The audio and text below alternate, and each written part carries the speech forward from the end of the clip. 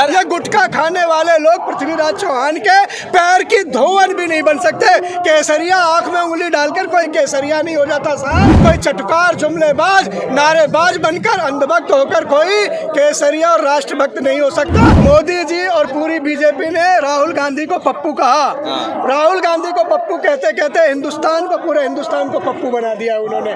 देश अब भी नहीं जाग रहा, अंधे अब भी नहीं जाग रहे, चटकार अब भी नहीं जाग रहे। हिंदुओं को टारगेट किया जा रहा है, मुसलमानों को नहीं। मैं हिंदुस्तानी की बात कर रहा हूँ साहब। हिंदू और मुसलमान की बात करने के लिए, हिंदू और मुसलमान की बात करने के लिए मोदी और बीजेपी ही काफी है। देश में कश्मीरी छाती पीट रहे हैं और आप ढोल पीट रहे हैं। आज़ादी का ये मतलब नहीं था कि कोई मेरा नाम पूछेगा और मेरे माथे पर गोली मार देगा। ये अगर इसी का नाम आज़ादी है तो ये आज़ादी आप सब पत्रकारों को मुबारक हो। दर्द पे रो रहे थे, मानो सबसे ज्यादा दर्द इन्हीं को है। आज वो गायब है, अनुपम वो विदेशों में है, को इंटरव्यू देते हुए रोते हैं और वो किस तरह से दर्द को बयान कर रहे हैं। क्या कहेंगे इस पर आप? आज जब कश्मीरी पंडितों की किलिंग हो रही है, टारगेट किलिंग हो रही है, मैं कह रहा हूँ कि देश कश्मीर हमारे देश का ताज है और कश्मीरी उस ताज का तिलक है, हीरा है, माड़ी के मोती हैं और चुन चुन के आज उनकी हत्या हो रही है। आज पूछा जा रहा है आपका नाम क्या है। नाम अगर उनका कोई संदीप है, उनका नाम प्रदीप है, उनका नाम राम आश्रय है तो उनके माथे पर गोली है। अफसोस कि हम हिंदू देख रहे हैं उन्हें, हम हिंदुस्तानी नहीं देख रहे। अफसोस कि हम इन्हें। आप क्या कहना चाहते हैं? सिर्फ हिंदुओं को टारगेट किया जा रहा है, मुसलमानों को नहीं। मैं हिंदुस्तानी की बात कर रहा हूँ साहब। हिंदू और मुसलमान की बात करने के लिए, हिंदू और मुसलमान की बात करने के लिए मोदी और बीजेपी ही काफ़ी है। हम ये कहते हैं कि अगर देश में, देश की धरती पर, भारत के नक्शे पर, भारत की अखंडता के बीच में अगर किसी एक भी हिंदुस्तानी का रक्त बहता है, लहू बहता है, तो जिम्मेदार कौन है? जिम्मेदार वो है जो डंकापति है। डंकापति आज घूम घूम कर कभी बर्लिन में, कभी जर्मनी में, कभी फिनलैंड में ढोल पीटते नजर आ रहे। किस खुशी का ढोल पीट रहे हैं? देश में कश्मीरी छाती पीट रहे हैं और आप ढोल पीट रहे हैं। आपने तो एक बात कही थी कि 370 के बाद अगर एक भी जान गई तो हमारी जान पहले जाएगी। आपकी जान तो नहीं गई, आपका बाल बाका भी नहीं हुआ। किस बिल में छुपे हुए हो डंकापति और किस बिल में छुपे हुए चाणक्य? आज केसर में आग लगी हुई है, केसर में चिंगारियां भड़की हुई हैं, केसर जल रहा है, चिताएं की लपटें ऊंची होती जा रही है। जल रहा है वो तो केसर में दाने था, वो केसर का दम दाने दाने में दिखा रहे हैं। दूसरी फिल्म का प्रमोशन में लग गए हैं उनका। वो देखिए, पृथ्वीराज चौहान मूवी का प्रमोशन कर रहे हैं। उनका एक पोस्टर देखा अभी मैंने, उनके एक हाथ टाइट बांधा हुआ था और एक ढीला। तो लोग ये कह रहे थे शायद बिमल गुटखा खाने के लिए हाथ ढीला छोड़ा हुआ है। ये 3 पद्मश्री देश में, 3 पद्मश्री, छाती पर पद्मश्री का तगमा और मुंह में गुटखे का प्रचार। ये देश इससे ज्यादा शर्मसार क्या हो सकता है? सर, ये गुटखा खाने वाले लोग पृथ्वीराज चौहान के पैर की धोवन भी नहीं बन सकते। केसरिया आंख में उंगली डालकर कोई केसरिया नहीं हो जाता साहब। केसरिया के लिए छाती चौड़ी करनी पड़ती है, भगत सिंह के सपनों को जीना होता है, सुभाष चंद्र के नारों को जीना होता है, पटेल की तरह जिंदगी और महात्मा की तरह साधना करनी पड़ती है। कोई चटकार जुमलेबाज नारेबाज बनकर अंधभक्त होकर कोई केसरिया और राष्ट्रभक्त नहीं हो सकता।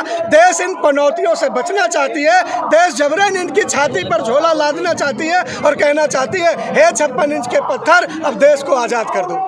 आजाद तो करा दिया कश्मीर को, 370 हटाया ना, जो कलंक था उसको हटा दिया, मिटा दिया। 370 हट गया। आप क्या कहेंगे? क्या फायदा? मजबूत सरकार है, बोलिए। 33 है वो भी। 370 हटा और आज़ादी मिल गई। आज़ादी जिंदगी से मिली है, आज़ादी सांसों से मिली है, आज़ादी अपनी माँ से मिला है, अपने बाप से मिला है, रिश्तों से मिला है। आज़ादी मिली है अपनी सांसों से।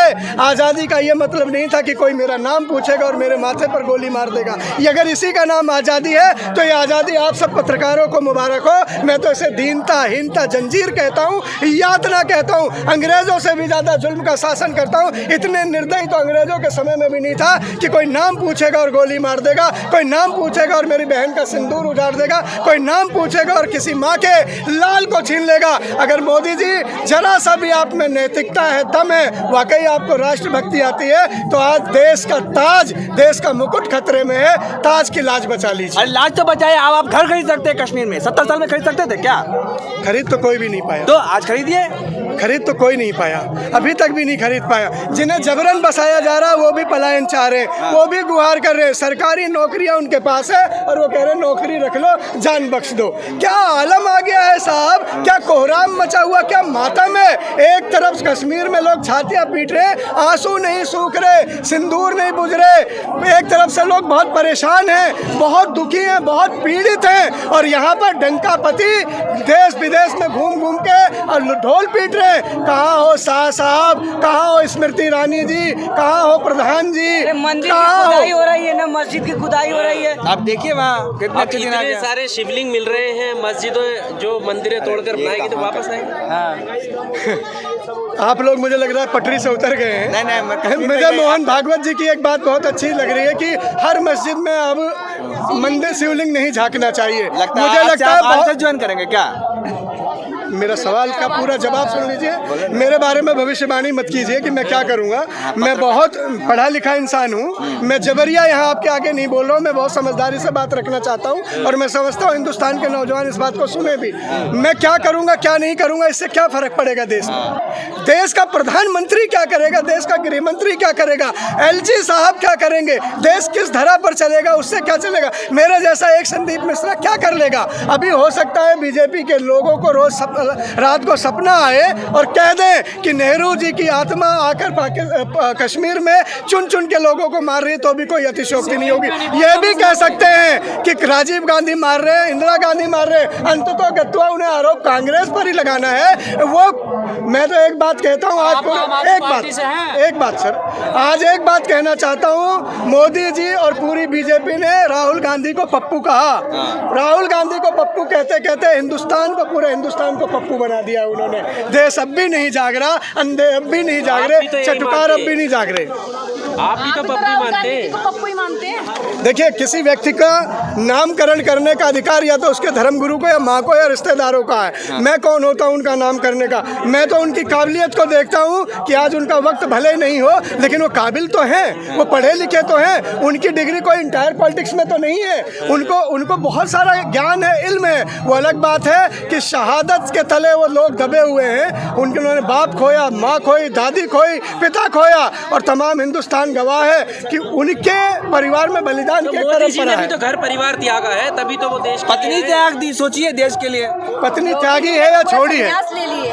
पत्नी त्यागी है या छोड़ी है, ये बहन यशोदा ही बता सकती हैं। पत्नी तो चाहती है कि वो आके उनके साथ रहे, अपने पति के साथ रहे, लेकिन पति ही पलायन करके भागे हुए, पति को फुर्सत नहीं है। ये गुटखा खाने वाले लोग पृथ्वीराज चौहान के पैर की धोवन भी नहीं बन सकते। केसरिया आंख में उंगली डालकर कोई केसरिया नहीं हो जाता साहब। कोई चटकार, जुमलेबाज, नारेबाज बनकर अंधभक्त होकर कोई केसरिया और राष्ट्रभक्त नहीं हो सकता। मोदी जी और पूरी बीजेपी ने राहुल गांधी को पप्पू कहा। राहुल गांधी को पप्पू कहते कहते हिंदुस्तान को, पूरे हिंदुस्तान को पप्पू बना दिया उन्होंने। देश अब भी नहीं जाग रहा, अंधे अब भी नहीं जाग रहे, चटकार अब भी नहीं जाग रहे।